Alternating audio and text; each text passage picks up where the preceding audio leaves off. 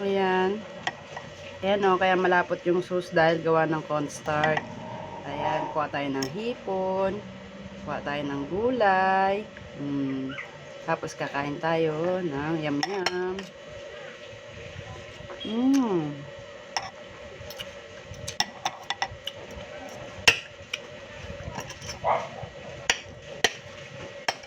Mm.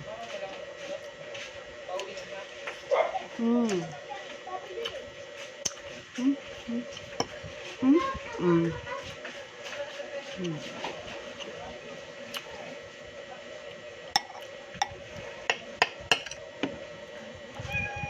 Mm. Mm.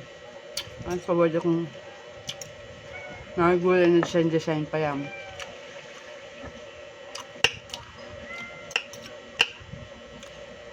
Mm.